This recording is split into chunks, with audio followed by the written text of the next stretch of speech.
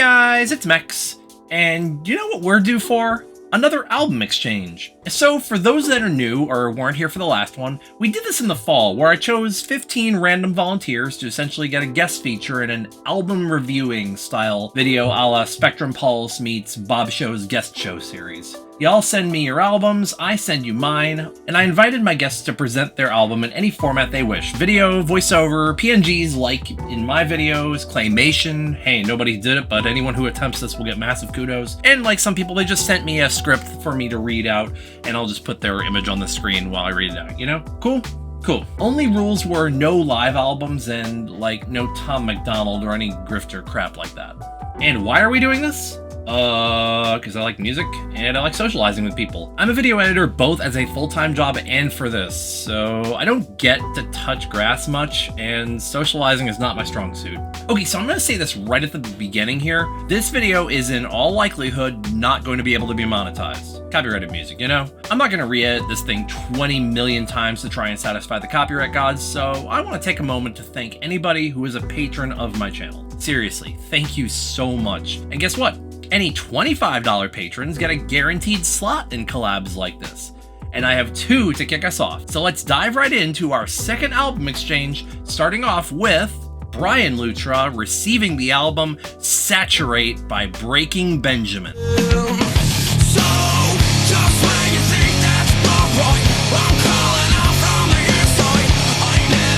To start, I shuffled the albums so nobody got any particular album for any reason. But Saturate I chose to send because it's one of my teenage albums. One of the first I was able to buy with my own money, and man, I think it slaps so hard. Some of the best hooks Ben Burnley's ever written, paired with excellent songwriting, and doesn't feel like it's trying to soundtrack a movie like a lot of those mid-period Breaking Benjamin records do.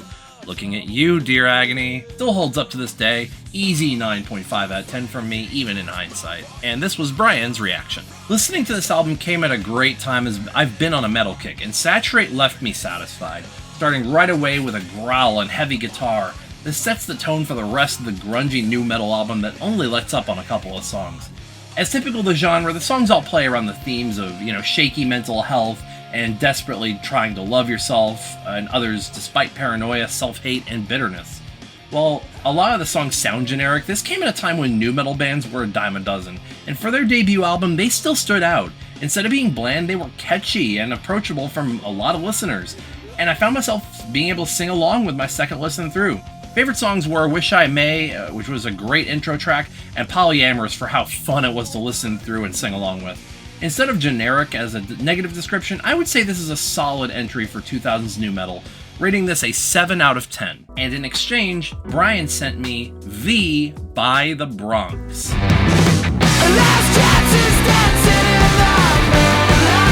I had no context going into this, and man, this kicked all of the ass. Right off the bat gripped me and had a ton of great tracks throughout. It's like the Distillers if they had a male lead. Great guitar lines, nice anthemic hooks, and a killer closer which bumped this up to an 8 out of 10 for me. Definitely one of the best albums I've heard this year. Off to a great start. Our second patron slot was Foxpresso receiving Today by Junky XL.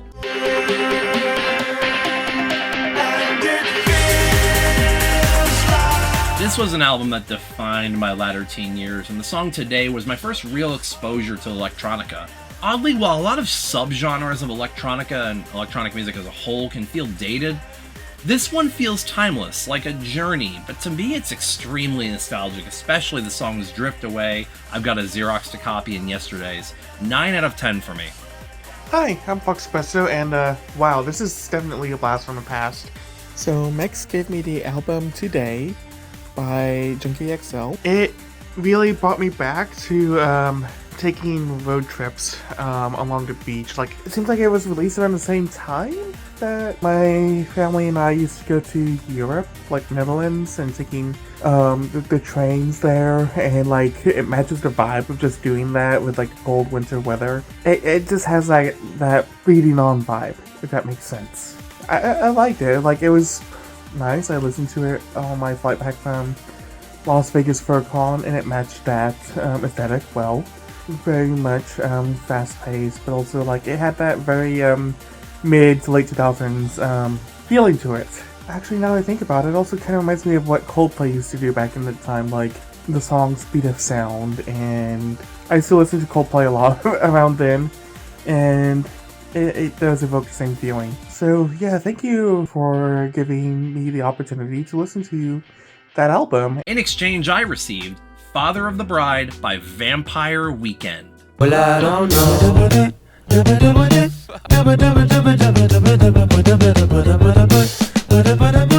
I recommended Father of the Bride by Vampire Weekend. This album was significant for me as it was made around the time when I was just trying to rediscover myself, and it just evoked that bit of like a postmodern, bittersweet like passing of the torch feeling. If you like listen to Vampire Weekend's albums, it kind of seems to be like going through a huge coming of age phase, like going through the college years with the first two albums, Vampire Weekend and Contra, and then Modern Vampires of the City has that bit of disillusionment from just reality and just returning to adulthood. The recent album that they released in 2019, recent at the time, I didn't think they made another one, Father of the Bride, was just looking back in a way. Yeah, finding contentment with what things are. It kind of really evoked the times, and just my life during that time. And hopefully you find some applicability there as well. Admittedly, this one I didn't have high expectations for, and going in and hearing essentially what could be called Scars on 45 or Of Monsters and Men by way of Neutral Milk Hotel, my expectations heightened a little bit. I loved how soulful and sweet this album is, and although the corniness can get in its own way sometimes, what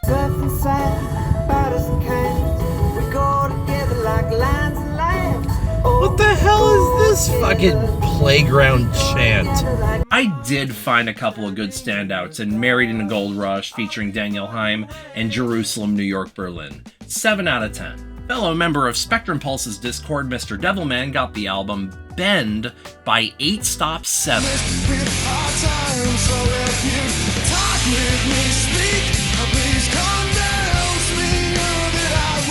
This band could have been huge. They had one minor alternative hit in 1999 with Question Everything, but never sniffed success again, other than being called one of American Idol winner David Cook's biggest influences, as well as being featured on the Gran Turismo 3 soundtrack. You know what we got instead of this band? Let me make that clear. Instead of this, we got this. Sorry, but I have to say I'm too drunk to block. We could have had, but instead we got something in your mouth. Bend tells very introspective, emotional stories about the end of a long-term relationship. Yeah, real shit. Butt rock can have emotions, y'all. It's a real genre.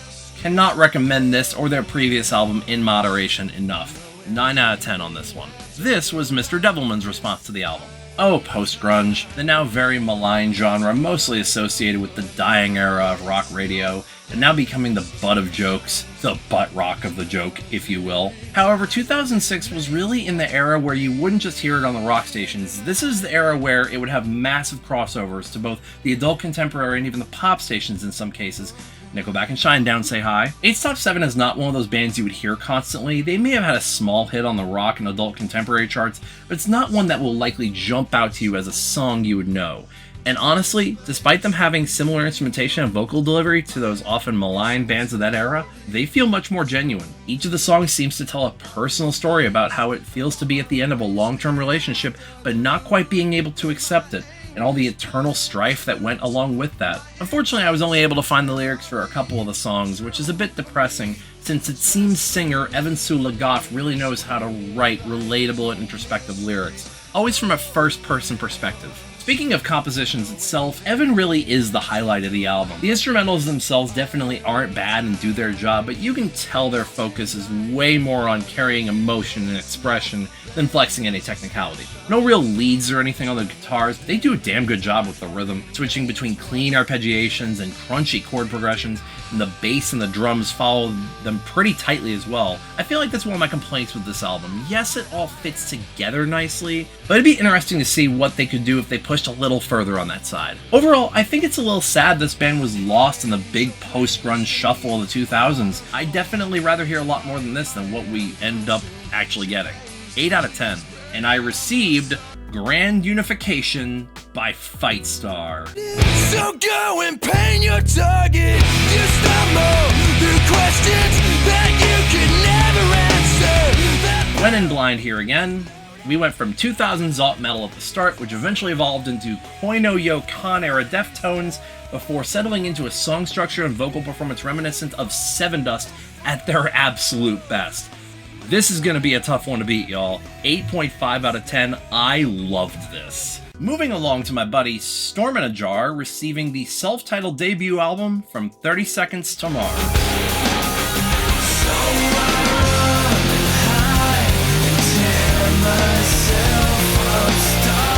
I'm gonna be real. The Kill and a few others from the second album are great and all, but this is peak 30 Seconds to Mars right here. Their 2002 debut album that feels lost to time and quite overshadowed.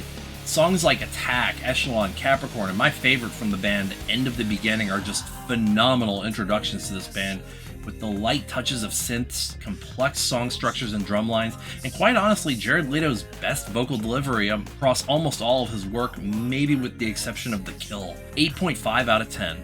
Hi, I'm Storm, and I'm reviewing the self-titled debut album by 30 Seconds to Mars, so without further ado, let's get into it. Capricorn is a strong opener. I love that grimy synth at the beginning and the break before the second chorus. Sidebar, I couldn't help but hear the line Eyes That See Into Infinity and not think of Satoru Gojo from Jujutsu Kaisen. Please save me, the brain rot is too strong. Not a big fan of Edge of Earth, honestly. The distorted vocals and lack of a strong hook made it kind of a hard listen for me. Fallen, though, has an amazing opening drum solo, and I love the clean, stripped-down production and the contrast between the chorus and the verses. Oblivion is phenomenal with its fast hi-hat hits and guitar solos. The whole vibe actually reminds me a lot of Two Door Cinema Club.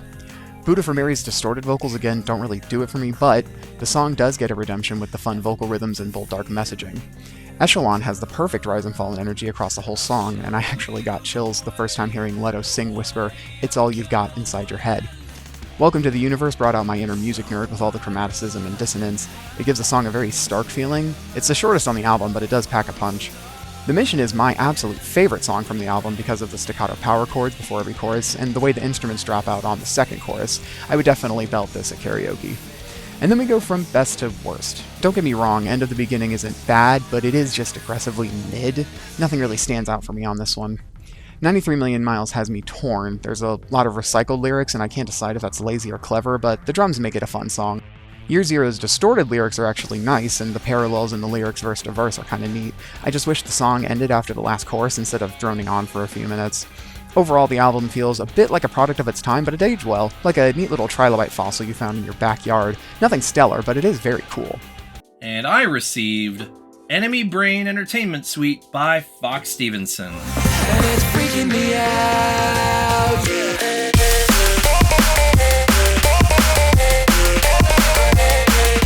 All ready to grab your torches and pitchforks? I've never been a big fan of house or happy hardcore. I'm sorry, y'all, it's just not my thing. So where does this album land in the grand scheme of things? Well, I really have no clue. It was really disjointed, it had very few hooks and choruses, couldn't really settle into a tone or groove or find its own identity. There's these weird moments where it switched up from deep house to trying to be surfaces or rhythmomny, which were at least creative ideas and ended up being the best moments on the album. The rest is pretty nondescript if I can be honest. You'd think with the random weird switch-ups and lack of identity, this would span at least 50 minutes, right? Try 30. Yep, a half an hour. And that's of benefit to me because I cannot say I liked this. 4.5 out of 10. Take it or leave it. I'm pretty sure Biowlogist has been 3 for 3 in my collab videos at this point. Anyways, he received Future Perfect by VNV Nation. Some of their dreams in the coldness of morning. You brought warmth to their lives. I wanted to send a VNV album for sure, as they defined my latter teen years, but I had no clue which one to send.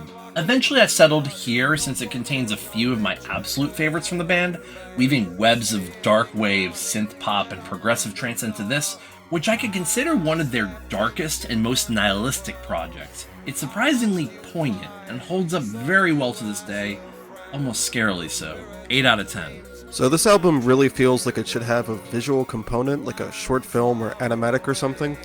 It combines a fairly cynical, grounded critique of humanity's hubris and flaws with repeated spiritual imagery, biblical references, and imagery referencing flight and escape.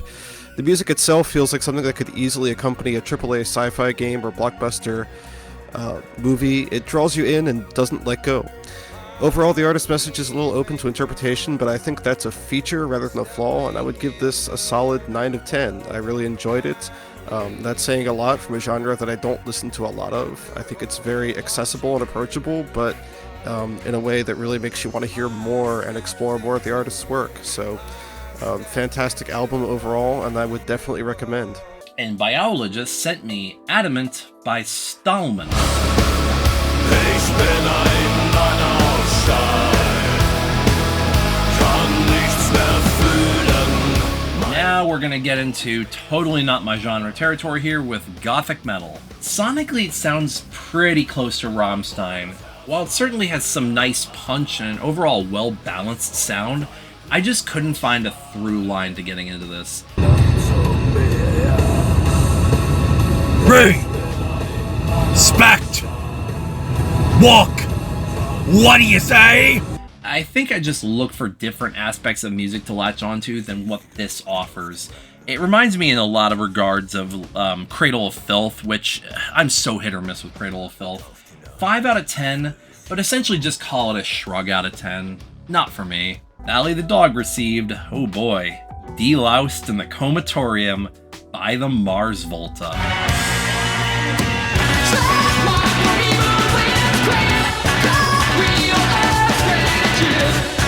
I was in high school during the mid-2000s, and that was the golden age of this kind of music.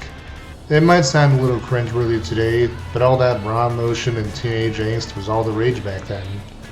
I've never heard of this band, but I'm definitely getting those mid-2000s vibes here. Well, I like this album, so. Bally, in exchange, sent me Why Bother by Scratching the Itch. She says you're my everything, except for what I get from him. So, of all the albums in this exchange, oddly enough, this is the only one I've heard before. Probably because I think I sourced it straight from his timeline on Bsky. And upon second listen, I picked something up right away. This guy sounds a lot like Alex Reid. In fact, I actually had to check to make sure that this wasn't a side project of Alex Reid, and I can confirm that no, it is not. This guy's name is Dave Gahan, and he would be right at home in something soaring and powerful and dark like Wake the White Queen by the Crook Shadows or Celebration Song by Searing, but the dry humor and painful whiteness of Buddy Disease just does not work for him at all. It also feels incredibly out of place on this project. The industrial arrangements and melody in You're My Everything is where he feels a lot more natural and at his strongest. The odd acapella track, while it's not as bad as Buddy Disease, also feels a tad out of place here. Ultimately, a solid and memorable album though. 7 out of 10. From the mained Wolf chat, my friend Berdy received Face Control by the Handsome Furs.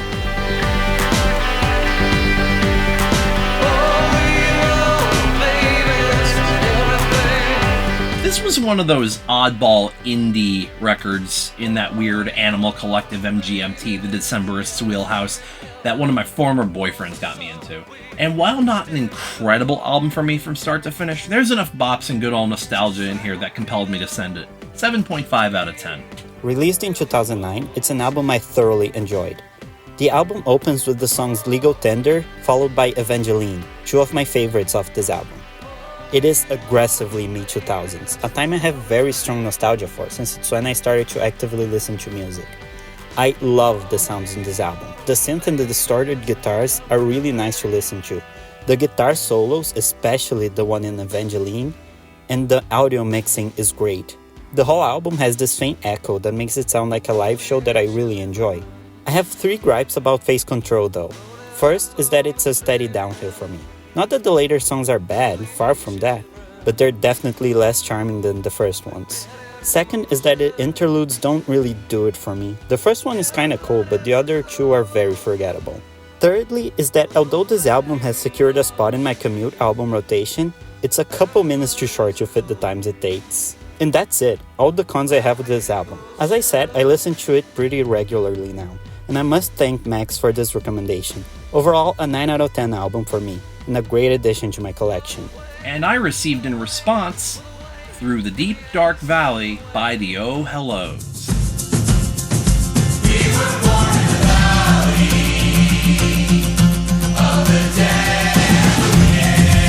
For my pick, I chose Through the Deep Dark Valley from the Oh Hellos, a band that I discovered only because of being a furry. I resonated with them because of their overall adventurous sounding songs and the comforting messages they leave. If I can be real, uplifting, bright, and at its best when it's in a groove and in a stop-clap bombastic moment, essentially when it sounds like a Grizfolk album, but ultimately a little too many boring and meandering moments to warrant a revisit. 6.5 out of 10. Ned Weasel returns from the last exchange and he received, oh dear, Disco Volante by Mr. Bungle.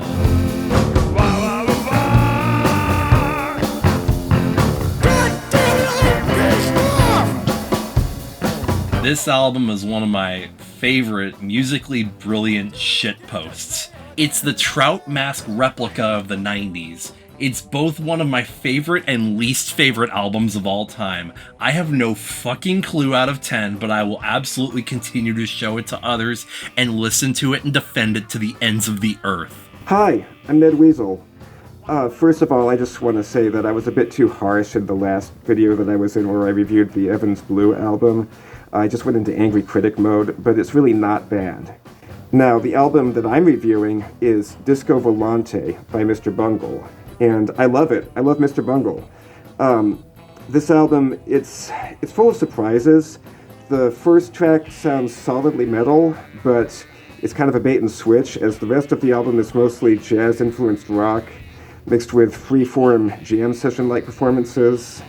And unlike their California album, which is my favorite of theirs, this one is more focused on avant-garde, sometimes disjointed musical performances, rather than traditional song structures.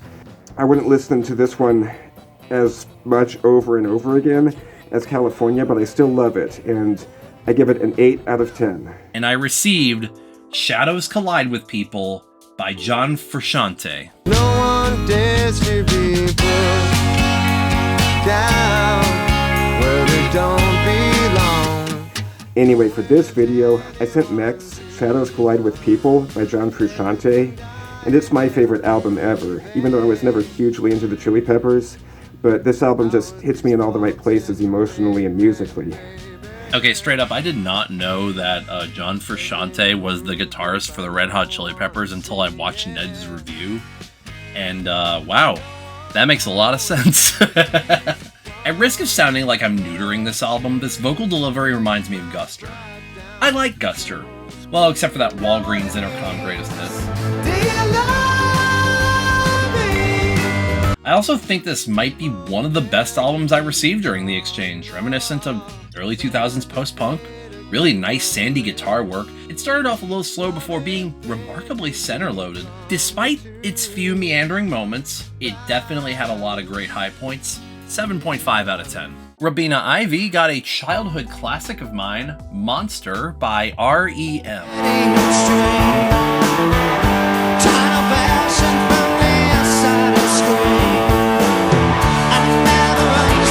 Man, this album just defined my childhood. The first 9 tracks on this are absolute bangers.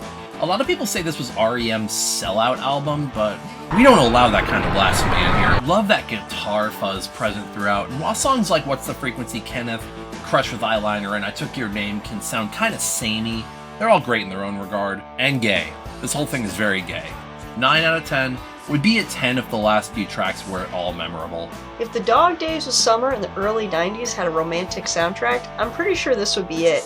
Monster by REM wasn't what I expected at first, with very easy-going, laid-back songs with melodies and riff that, again, really have a carefree feeling to them.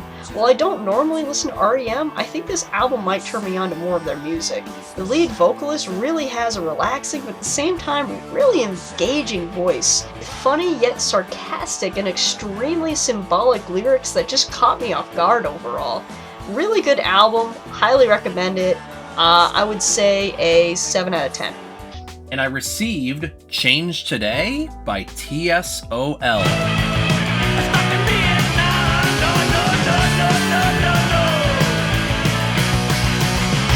You know I am. I like how we got abbreviated names, both of us. She got REM and I got TSOL. Kind of funny. Hello, precursor to Billy Idol. This sounds like it would have been right at home on the Tony Hawk's Pro Skater soundtrack. Hey, wanna feel old? Almost twice the amount of time has passed between now and the release of Tony Hawk's Pro Skater than the time between that and this album's release in 1984. I dig the vocals, which kind of splits the difference between Billy Idol at his most gruff and Glenn Danzig, but can't say much else stood out to me as particularly memorable. 5.5 out of 10. Sorry to say that I'm probably not going to remember much from it. It was decent though. Next up we have Fikko receiving The Birdwatcher's Guide to Atrocity by Searing. Where I walked the day Amelia died is where you'll find me now. I dreamt of gutting. We actually just talked about Alex Reid a moment ago, but I reference Mark Grondin's channel on here a lot. Apart from the fact that I've regulated his Billboard Breakdown series since 2015, I also use his album recommendations quite liberally. Enter Alex Reid's industrial project, Searing. This guy actually had his claim to fame from his previous project, Thou Shalt Not. But Searing's approach to industrial is not too dissimilar from VNV, nihilism. But let's be real, Go Small is one of the most lyrically impactful songs I've ever heard, and Celebration Song is a fantastic closer to this adventure of a record. 7.5 out of 10. The Birdwatcher's Guide to Atrocity by Searing. To be honest, I didn't know what to expect, as I've never heard of this album or this band before. But wow, was that an intense, emotionally filled listening experience with some abstract melodies and very powerful lyrics. It had an amazing opening song in The Fates that set the tone right out of the gate for the rest of the album. And a very triumphant and grandiose closing song in Celebration Song. Even though this isn't quite my normal taste in music, I'm going to give this an 8 out of 10. It was an amazing listening experience. It definitely caught me off guard. I feel like I'd have to be in a very particular mood to listen to it in the future. I will listen to it again, though. Wonderful album. And Fikko sent me Discovery by Daft Punk.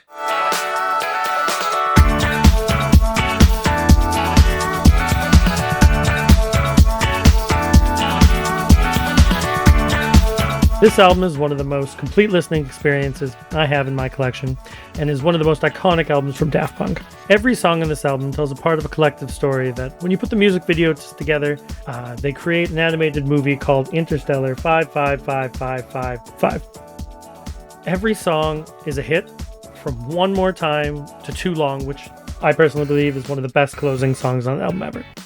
This is my 100% 10 out of 10.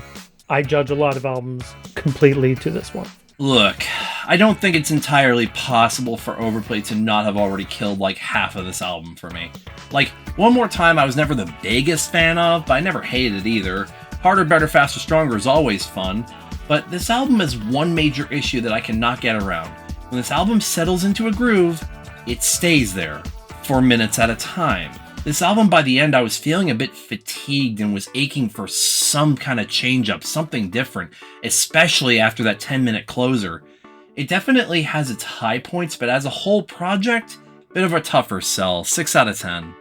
Joao is back after the year-end video, and she received Fables from a Mayfly, What I Tell You 3 Times Is True by Fair to Midnight.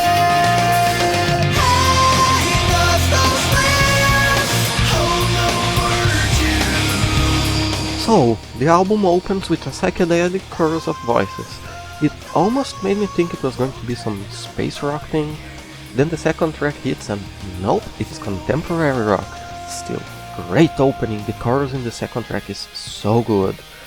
The lyrics are, I'm sure someone can find meaning in them, but with verses like bold-faced type covers your text, it must have been winter. I couldn't find much meaning in that. I guess I was expecting psychedelic music and got instead psychedelic lyrics. But it was fun, not the sort of stuff I usually listen to, so it was a neat experience. Solid 8 here. And Joao sent me in return A Divina Comedia ao Ando Meio Desligado by Os Mutantes. I am so sorry if I butchered that pronunciation. Eu vou viver mais pra mim. Eu vou correndo. There's moments in here that just made me say, what the fuck am I listening to? And I live for this shit. Throughout this exchange, while even though I probably wouldn't revisit any of these individual tracks unironically, I would argue that this is probably the most revisitable as an album. It's just so off the rails wacky and bizarre that I can't help but be incredibly fascinated by it. Extremely well made, very funny, and great flow from track to track. It's like ELO if they tried to make a Portuguese comedy album. But Portugal doesn't need to import any more comedians. They already have plenty of comedy animals. 8 out of 10. Longtime Telegram mutual Soul Ember was given Melancholy and the Infinite Sadness by the Smashing Pumpkins.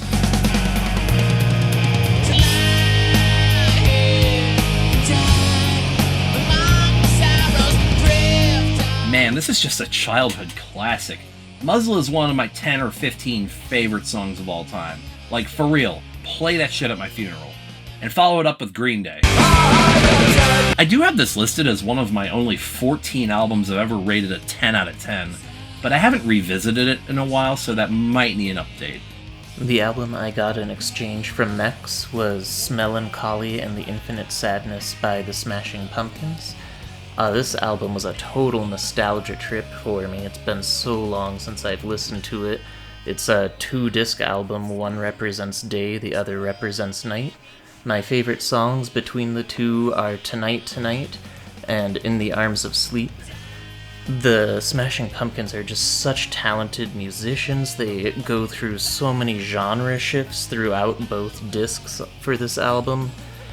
A few songs can sound a little similar, so it's hard to completely capture your attention the full way through, but I feel like that's really hard to do with a 2-disc album.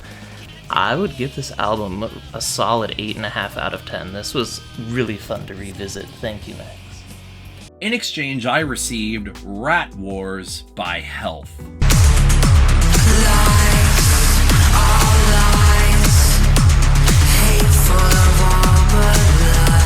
The album I gave to Mex to listen to is Rat Wars by Health.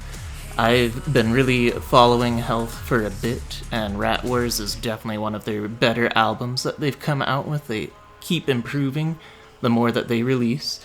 The 2 songs I really like off of the album are Children of Sorrow, and especially the song Don't Try, which is the final song on that album.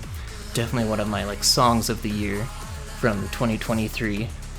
I thought Mex would like it just because it's kind of a different type of sound. They have a very harsh, heavy backing instrumentals, but a very soft, almost monotone singing voice. So I hope you enjoyed it, Max. I literally had no thoughts on this until about midway in, other than bombastic background noise, until it kind of clicked. This is like Deftones if their melody writing chops weren't as good. Sonically, I wanted to like this, but it didn't really feel like it went anywhere. 5.5 out of 10, I'm interested enough to listen to more of their work, with the hope that it does more for me. Fellow Mustelid Mitten received, oh no, oh dear, The Click by AJR.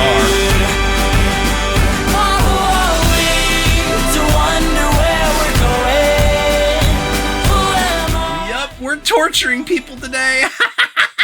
Okay, look.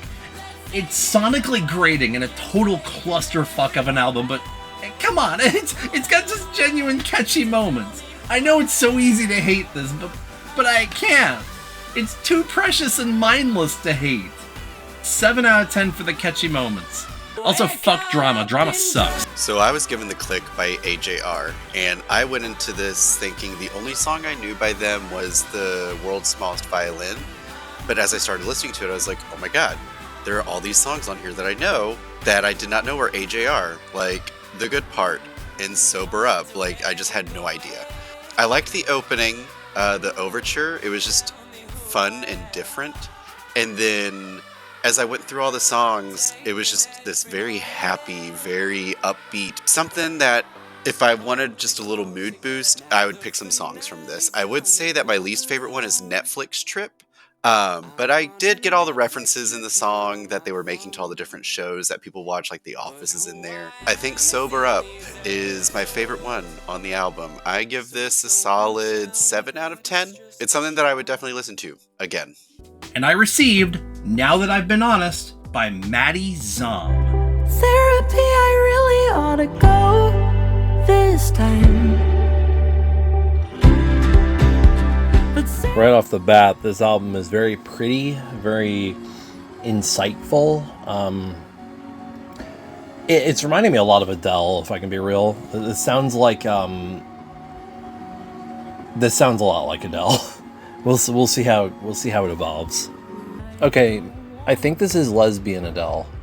Had its boring moments, didn't really feel like it had an amazing payoff, but it really did highlight religious trauma and things like that.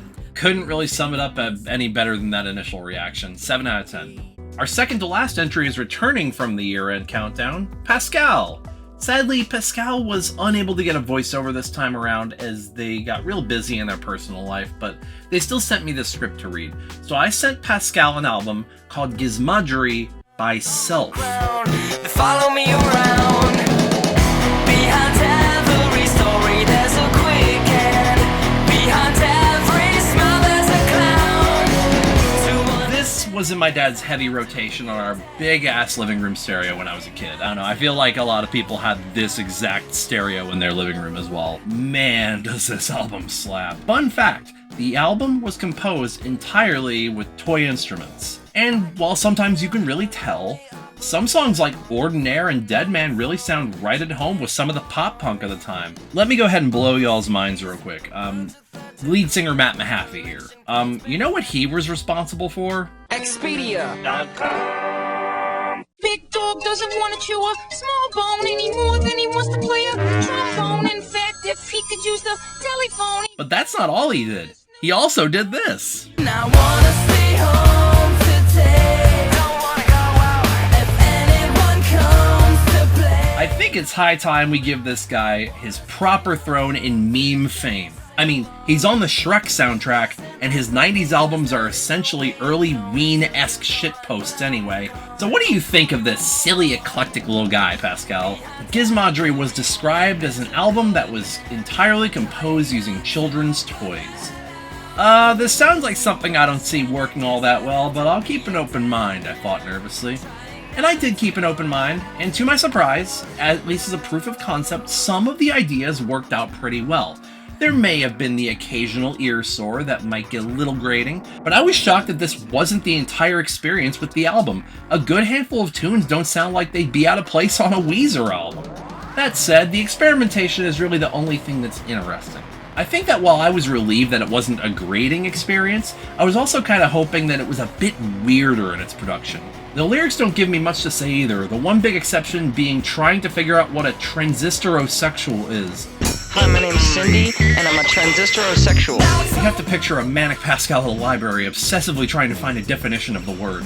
As a whole, the album is alright. I've already listened to my fair share of weird genres, so I guess it wasn't really an itch I needed to have scratched at this time. I give it a 6 out of 10. Standouts being I'm a Little Explosion, Dead Man, Patty Cake, and Trunk Full of Amps. And in response, I received Spirits by Nothing More.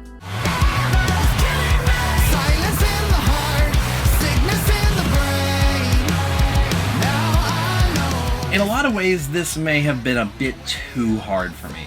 Reminiscent of Protest the Hero in the song structure, but maybe a little less Coheed and a little more Fall Out Boy. Really liked the other F word, but other than that, it didn't really leave too much of an impact. It sounded great though, so I give it a 7 out of 10. Anyways, our last album... Huh? Hold on, you guys hear something? Hiya, Mexi boy. What you doing? Oh god, it's Mort from the famous meme channel, Mort's Meme Shack! Famous like this big old bucket of chicken, Mexi boy. So, what you doing? We're trading albums. You got one for me? Oh, well, I have so many albums to share, I can't really decide. Hold on, let me spin the wheel to see what fate decides for us to discuss today. The wheel! Oh, cool. Shine by Shaman's Harvest. That's a great choice.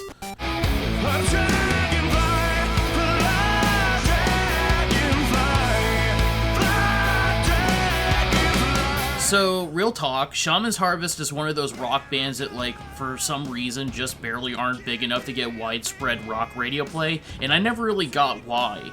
Up until their most recent album in 2022, their songwriting has consistently been on the decent to good side, and Nathan Hunt has one of those very clean, strong, and effortless rock voices that can belt a note if he really wants to. Mex and I have been sharing albums with each other for years, so I have already shared my favorite album of theirs with them, 2017's Red Hands Black Deeds. However, 2009's Shine is still a solid album, and it has one of my favorite songs of all time, Dragonfly, on it. I'm curious to know what your opinion is about it, Mex. How do you like it? Honestly, decent, but unremarkable. I love the dude's voice and the arrangement, but my enjoyment stops about there. Apart from Dragonfly, I'm gonna echo you on that one, which reminds me quite alarmingly of some of the better alt-metal acts of the 2010s like Red Sun Rising or the Blue Stones. Very well might have been one of the better things I heard this year. No real standouts though, unfortunately. I loved the other album by Shaman's Harvest that Mort previously sent me, but this one just ain't doing it for me as much. 6.5 out of 10. And Mort, I sent you a gift! Oh boy, Taproot!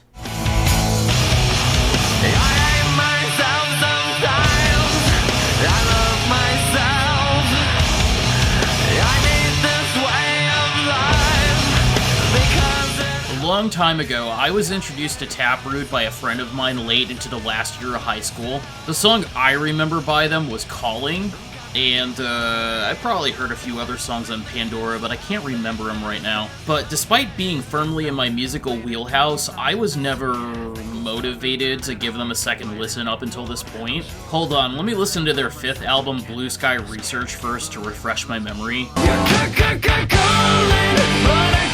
Oh, okay, I remember some of these now. Mex has been using a line from She as a stream soundbite as an inside joke for his roommate's cat Ollie for a while. She gets everything she wants. Anyways, Gift, the album that Mex asked me to check out, is Taproot's 3rd album and first with a major record label back in 2000. Having listened to Blue Sky Research and Gift back-to-back, Gift, as expected, was a bit weirder and a bit more willing to take risks than its more corporate polished 2005 counterpart. I think I maybe got a little more mileage out of Gift than I did with Blue Sky Research because of the willingness to take risks, but that's hard to quantify. Ironically, the songs I liked the most were the 2 singles, Again and Again, and I, not knowing that they were the album singles. I guess Atlantic Records has the same ear as I do. There were maybe 2 other deep cuts I enjoyed some, but Taproot's 2 biggest weaknesses are, 1, a general lack of memorable hooks, and 2, for a nu metal band, their nu metal macho angry screaming voice just doesn't have much bite to it, and there's a lot more of that on Gift than there is on Blue Sky Research. While I was listening to Blue Sky Research, I got to a song called So Eager, where the nu metal singing was so lackluster that I had to put a note in my Telegram notes, hoping that it didn't sound like that song. It does, but at least to this album's credit, it's not as weak as in that particular example. By no means are either of these albums bad. I listened to both with no issues, and I didn't really even have songs that I disliked. But am I gonna really remember much of these songs? If it was just based on my general lack of recollection before, probably not. But it's been about 4 weeks since I wrote the draft script to this, and I've already forgotten most of these songs again. What album are we talking about? Gets like a 5.5 out of 10. I should like this album, but I don't really have an appetite for it. Oh well. Thank you for letting me stink up your video, Mexi boy! Shoo, Mort, you're dismissed. Okay, goodbye! Yeah, I hear you. Go on now. Get skedaddle out of here. So that's album exchange number 2. Want to get in on the next one? Subscribe and I'll do a casting call for the next one, which will probably be sometime in the fall. Any and all are invited to participate. Anybody watching this, you can participate in this. You want to guarantee yourself a slot? Become a patron. The $25 Patreon level gets you a guaranteed slot. There will be a limited quantity, of course, so just a heads up on that. Can't swing 25? No biggie. We also got the $10, $5, and $1 tiers, which gives you early access to a private Telegram server with constant behind-the-scenes updates and the ability to influence what video I will talk about next. But no worries if you're not able to contribute financially right now. Just liking, subscribing, and leaving a comment is always good enough to help this channel grow. Thank you all for joining our little music exchange here, and until next time, take it wheezy.